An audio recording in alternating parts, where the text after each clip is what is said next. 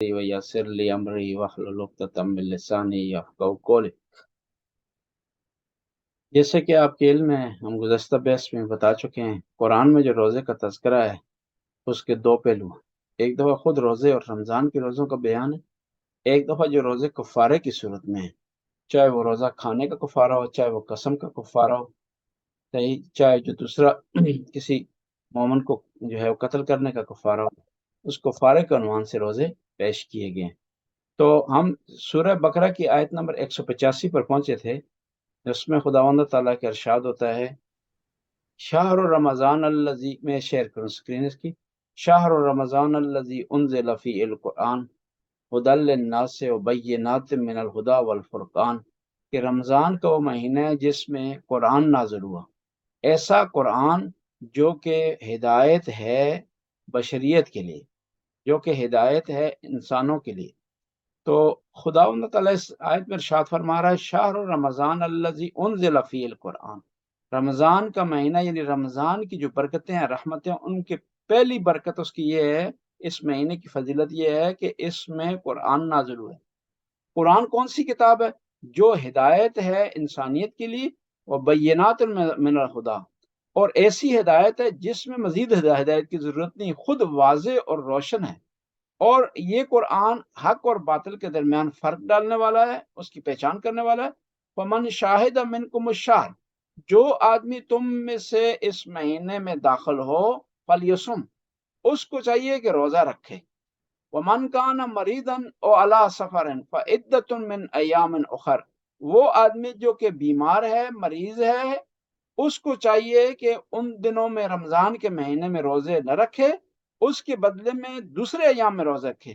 یریدکم اللہ بکم الیسر، خدا چاہتا ہے تمہارے لیے آسانی، ولا یرید بکم العسر، خدا تمہارے لیے سختی اور مشکلات نہیں چاہتا۔ وَلِتُكْمِلُوا الْعِدَّةَ، تمہیں چاہیے کہ رمضان کی عدت مکمل کرو، اس کے ایام کے روزے مکمل کرو۔ لِتُكَبِّرُوا اللَّهَ عَلَىٰ مَا هَدَاكُمْ، خدا نے جو تمہیں ہدایت دی ہے، رمضان کی توفیق دی ہے، قرآن کی تلاوت کی توفیق دی ہے، اسلام کی جو توفیق دی ہے، اس پر خداوندہ تعالیٰ کو شکریہ ادا کرو اور خدا کو عظمت سے یاد کرو۔ لَعَلَّكُمْ تَشْكُرُونَ، شاید یہ کہ تم شکر گزار بندے بن جاؤ۔ یہاں پر خداوندہ تعالیٰ شہر رمضان کی فضیلت بیان کر رہا ہے، اس کا مقام بیان کر رہا ہے، پھر روزے کے احکام بیان کر رہا ہے۔ اس آیت سے کچھ نقطے نکلتے ہیں۔ پہلے نقطہ یہ نکلتا ہے کہ قرآن کی اتنی عظمت ہے، اتنا بڑا مقام ہے کہ جس مہینے میں قرآن نازل ہوتا ہے، خداوند تعالیٰ اس مہینے کو عظمت دیتا ہے، برتری دیتا ہے، مقام دیتا ہے، اور اس کی بنیاد پر مسلمانوں پر روزے بھی فرض ہو جاتے ہیں۔ اور یہاں پر ایک اور جو نقطہ اس آیت سے نکلتا ہے، وہ نقطہ یہ نکلتا ہے کہ رمضان کا مہینہ ہے، اس میں قرآن نازل ہوا ہے۔ اب ایک سوال پیدا ہوتا ہے، سوال یہ پیدا ہوتا ہے کہ ہم مشہور روایت کے مطابق یہ کہتے ہیں کہ نبی کریم کی جو بعثت کا آغاز ہوا ہے، نبوت کا آغاز ہوا ہے، وہ رجب کے مہینے میں 27 رجب کو ہوا ہے، یوم بعثت کے عنوان سے یاد کیا جاتا ہے۔ تو اب یہاں پر کہا جا رہا ہے کہ قرآن نازل ہوا رمضان کے مہینے میں، تو یہ آپس میں یہ سوال پیدا ہوتا ہے، یہ تضاد نہیں ہے یہاں پر کہ رجب کی بات بھی کرتے ہیں اور رمضان کی بات بھی کرتے ہیں؟ اس کا جواب علماء نے یہ دیا ہے کہ قرآن کے دو نزول ہیں۔ ایک قرآن کا نزول دفعی ہے، ایک دفعہ نبی کریم کے قلب مبارک پر قرآن نازل ہوا ہے، دوسرا قرآن کا نزول تدریجی ہے، گریجولی ہے۔ رجب کے مہینے میں جو قرآن نازل ہوا ہے وہ آہستہ آہستہ نبی کریم کے جو ہے وہ دل مبارک پر نازل ہوا ہے، اور رمضان کے مہینے میں یہ ایک دفعہ نازل ہوا ہے۔ اس کی کچھ دلیل ہے۔ قرآن میں دو لفظ استعمال ہوئے ہیں، انزال کا لفظ استعمال ہوا، تنزیل کا لفظ استعمال ہوا۔ انزال کا معنی ہے ایک دفعہ نازل ہونا، اور تنزیل کا معنی آہستہ آہستہ نازل ہوا۔ جو رجب کے مہینے میں کہا گیا قرآن نازل ہوا، وہ تنزیل ہے، یعنی نبی کریم کے دل مبارک پر قرآن آہستہ آہستہ نازل ہوا۔ اور یہاں انزلہ کا لفظ، انزل فی القرآن کا لفظ استعمال ہوا ہے، یہ یعنی ایک دفعہ ہے۔ جس طرح اعلان اور تعلیم ہے، عربی کے لفظ ہیں، اعلان ایک دفعہ ہوتا ہے، تعلیم جو ہوتی ہے وہ آہستہ آہستہ تربیت کے عنوان سے ہوتی ہے۔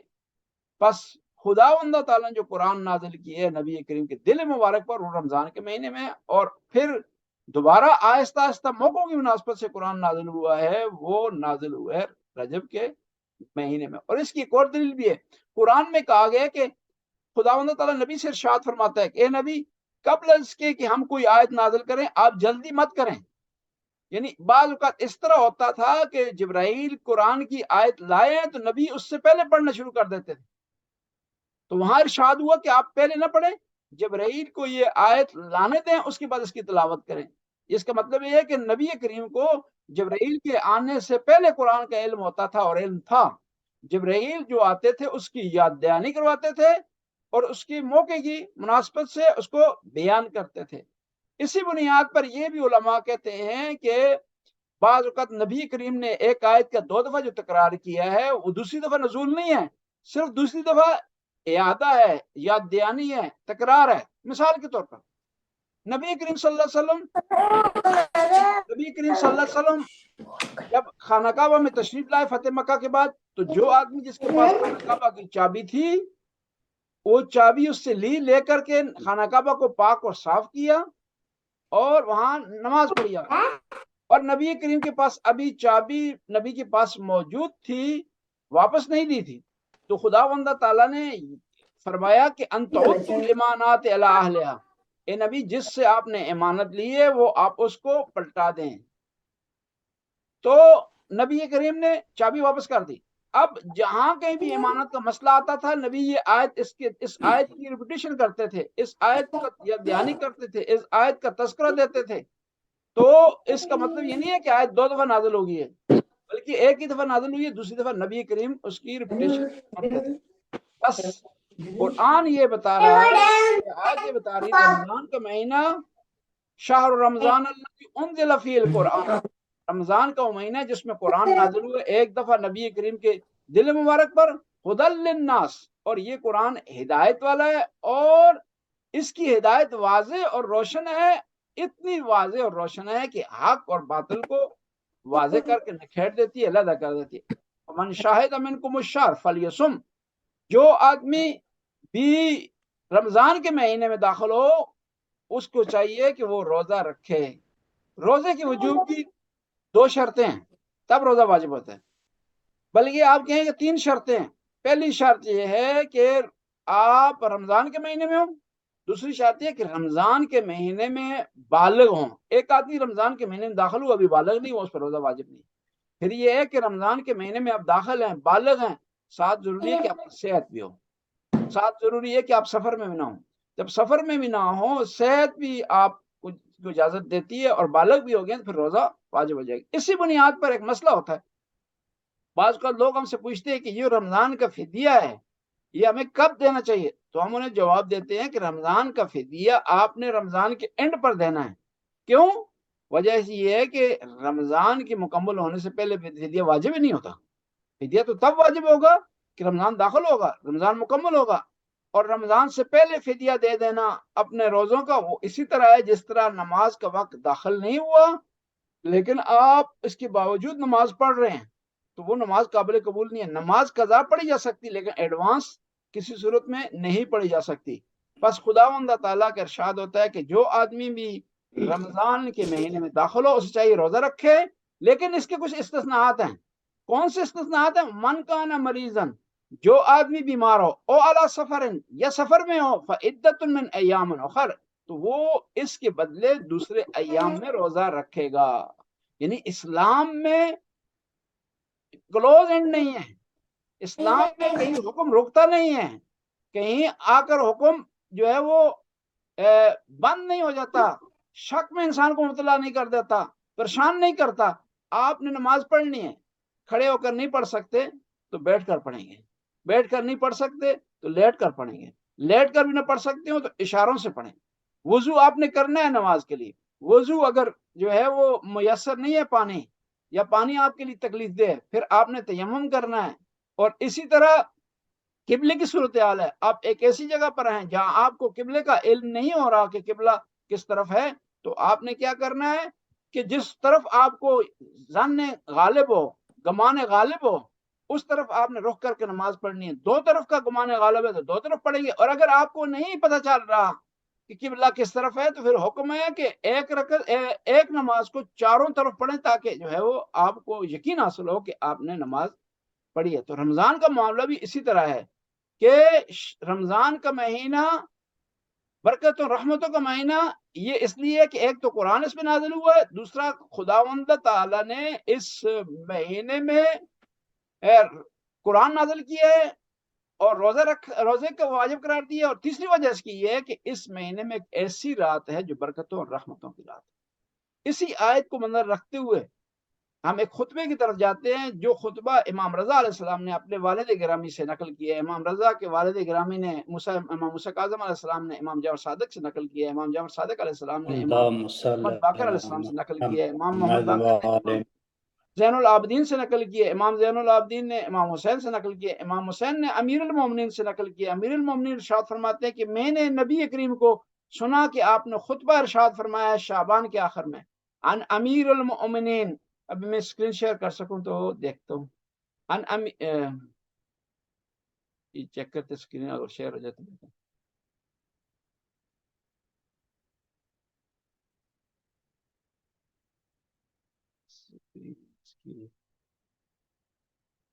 آپشن نہیں دے رہا اس کا پتہ نہیں کیوں آپشن نہیں دے رہا۔ جی ایسے ہی کر دیتے ہیں۔ جی ان امیر المومنین، امیر المومنین ارشاد فرماتے ہیں کہ میں نے نبی کریم سے سنا، خطانا ان رسول اللہ خطبنا ذات یوم فقال ایھا الناس، ایک دفعہ پیغمبر نے خطبہ ارشاد فرمایا ہمارے درمیان، فرمایا یا ایھا الناس انہ قد اقبل علیکم شہر اللہ بالبرکۃ والرحمہ والمغفرہ، کہ اے لوگو اللہ کا مہینہ برکت، رحمت اور مغفرت کے ساتھ تمہاری طرف آ رہا ہے۔ اس لیے بعض لوگ اس کو تقسیم کرتے ہیں کہ اس کے شروع میں برکت ہے، درمیان میں اس کی رحمت ہے اور آخرت میں مغفرت ہے۔ شہر عند اللہ افضل الشہور، یہ وہ مہینہ ہے جو اللہ کے نزدیک تمام مہینوں سے افضل ہے۔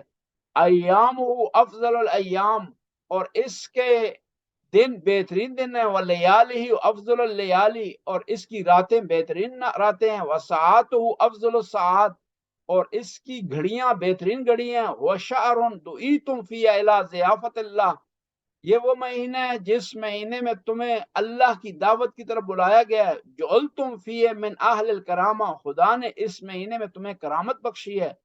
انفاسکم فی تسبیح، جس میں تمہارا سانس لینا تسبیح ہے، ونومکم فی عبادہ، اور اس مہینے میں تمہارا سونا عبادت ہے، وعملکم فی مقبولہ، اس مہینے میں جو عمل بھی تم کرو گے، نماز پڑھو گے، روزہ بجا لاؤ گے، نیکی کا کام کرو گے، صدقہ کرو گے، قرآن کی تلاوت کرو گے، یہ مقبول ہوگا۔ ودعاکم فی مستجابہ، اس مہینے میں تمہاری دعائیں مستجاب ہوں گی۔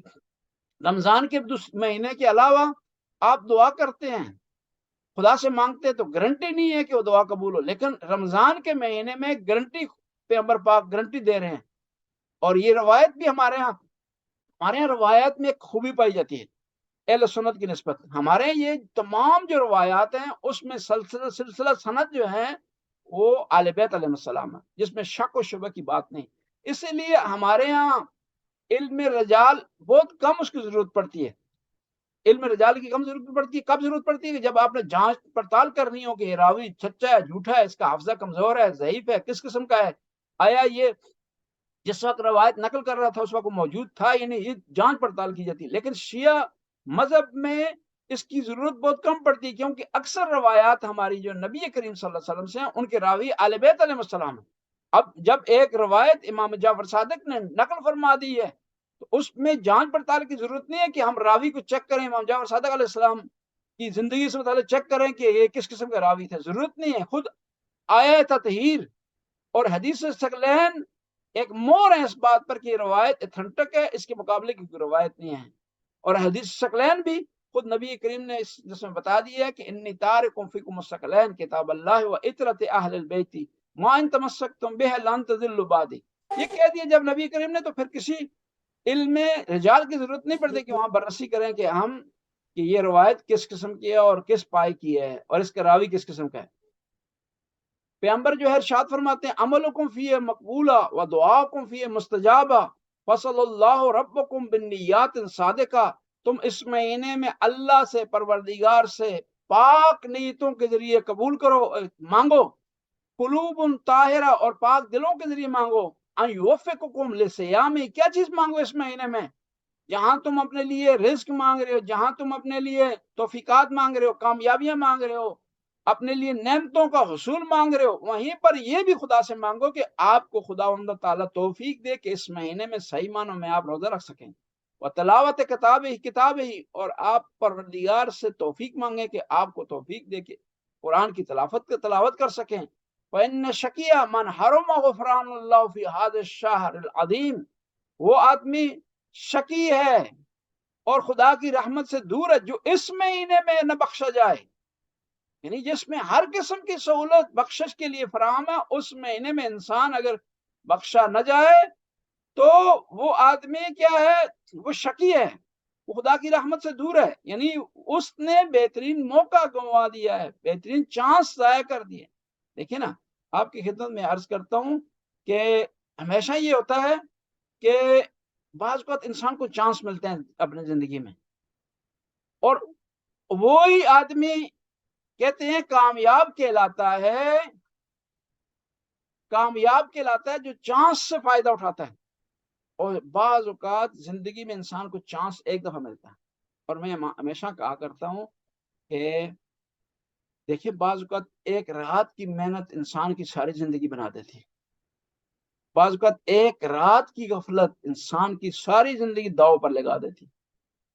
آپ نے محنت کی ہے، ڈگری حاصل کی ہے، اور کہیں انٹرویو دینا آپ نے، اور وہ انٹرویو اس کا دار و مدارہ آپ کی مستقبل پر، آپ کے فیوچر پر، اس میں آپ صحیح نہیں اپیئر ہو پاتے، صحیح اپنے آپ کو پریزنٹ نہیں کر سکتے، تو کیا ہے، ممکن آپ کی ساری زندگی خراب ہو جائے، دوبارہ وہ چانس، اس قسم کی نوکری کا چانس آپ کو نہ ملے۔ تو رمضان کے مہینے میں بھی شب قدر ہے، یہ ایک چانس ہے، ممکن ہے آئندہ سال یہ چانس ہمیں نہ ملے، سفر کی وجہ سے، بیماری کی وجہ سے، خدا نخواستہ صحت اجازت نہ دے، تو بس اس مہینے کو غنیمت سمجھنا چاہیے۔ خداوند تعالیٰ کی طرف سے اس مہینے میں جو آفریں دی گئی ہیں دوسرے ایام میں نہیں۔ وَاذْكُرُوا بِجُوعِكُمْ وَعَطْشِكُمْ فِي جُوعِ يَوْمِ الْقِيَامَةِ وَعَطْشَهُ، جب تمہیں پیاس لگے تو اس مہینے میں قیامت کے دن کی پیاس کو تم یاد کرو، کہ قیامت کے دن جب ہر آدمی اپنے اعمال کا حساب دے رہا ہوگا، تشنگی غالب ہوگی، پیاس غالب ہوگی، انسان بھوک کی حالت میں جو ہے وہ تڑپ رہا ہوگا، بس آج کے جو آپ کو بھوک لگ رہی ہے، پیاس لگ رہی ہے، اس کو موازنہ کرو اس پیاس اور بھوک سے جو قیامت کے دن ہوگی۔ وَتُصَدِّقُوا عَلَىٰ فُقَرَائِكُمْ وَمَسَاكِينِكُمْ، اس مہینے میں کون سے کام تمہیں کرنے چاہیے؟ پہلے اس مہینے کی فضیلت پیغمبر نے بیان کی، اس مہینے کی خصوصیات اور فضیلت کیا ہے، آپ کیا کام کرنا چاہیے؟ وَتُصَدِّقُوا عَلَىٰ فُقَرَائِكُمْ، تم اپنے جو تمہارے درمیان، تمہارے نزدیک رشتہ داروں میں فقیر لوگ ہیں، غریب لوگ ہیں، ان کو صدقہ دو۔ وَمَسَاكِينِكُمْ، اور مسکینوں کو صدقہ دو۔ وَوَقِّرُوا كَبَائِرَكُمْ، اس مہینے میں بڑوں کا احترام کرو، بڑا جو موجود ہے آپ کے سامنے اس کا احترام یہ ہے کہ اس کی رسپیکٹ کی جائے، اس کی بات مانی جائے، اس کو فالو کیا جائے، اور اگر دنیا سے چل پڑا ہے تو اس کی رسپیکٹ یہ ہے کہ اس کے لیے فاتح خانی کا انتظام کیا جائے، مجالس کا انتظام کیا جائے، اس کے لیے جو ہے اس کی طرف سے، اگر اس کے روزے رہ گئے ہیں روزے بجا لائے جائیں، اگر اس کی نمازیں رہ گئی ہیں تو نمازیں اس کی پڑھی جائیں یا پڑھوائی جائیں۔ وَارْحَمُوا صِغَارَكُمْ، اور اس مہینے میں چھوٹوں پر رحمت کرو۔ وَصِلُوا أَرْحَامَكُمْ، صلہ رحم بجا لاؤ۔ اس مہینے میں صرف یہ نہیں ہے کہ صرف قرآن ہی تم پڑھتے رہو، نمازیں بجا لا رہے، بلکہ اس مہینے میں میل ملاپ کا کام رکھا جائے، ایک دوسرے سے ملاقات کی جائے، صلہ رحم بجا لایا جائے، ایک دوسرے کے پاس جائیں اور اس سے جو ہے وہ بات کریں، اس کا حال پوچھیں۔ وَاحْفَظُوا أَلْسِنَتَكُمْ، اور اپنی زبانوں کو اس مہینے میں کنٹرول کرو، یعنی روزہ مکمل روزہ ہے جو آنکھ کا ربی روزہ ہو، زبان کا روزہ ہو، کان کا روزہ ہو۔ آنکھ کا روزہ ہے ایک انسان نامحرم کی طرف نہ دیکھے، زبان کا روزہ ہے کہ زبان سے ایسے الفاظ ادا نہ ہوں جس سے اللہ نے منع فرمایا ہے، اور کان بھی جو ہے ہوشیار رہیں اس مہینے میں، ایسی آوازیں کانوں پر نہ لگیں جن کا سننا آپ کے لیے حرام ہے۔ وَغَضُّوا عَمَّا لَا يُحِلُّ النَّظَرَ إِلَيْهِ، اور اپنی آنکھوں کو جھکاؤ ایسی چیزوں سے جن کی طرف دیکھنا حلال نہیں ہے۔ وَغَضُّوا عَمَّا لَا يُحِلُّ النَّظَرَ إِلَيْهِ أَبْصَارُكُمْ وَعَمَّا لَا يُحِلُّ الْاِسْتِمَاعُ عَلَيْهِ أَسْمَاعُكُمْ، اور اپنی کانوں کو محفوظ رکھو ایسی چیزوں سے جن کا سننا تمہارے لیے جائز نہیں ہے۔ یہاں یہ خطبہ آج اتنا کافی، انشاءاللہ جو باقی بچا خطبہ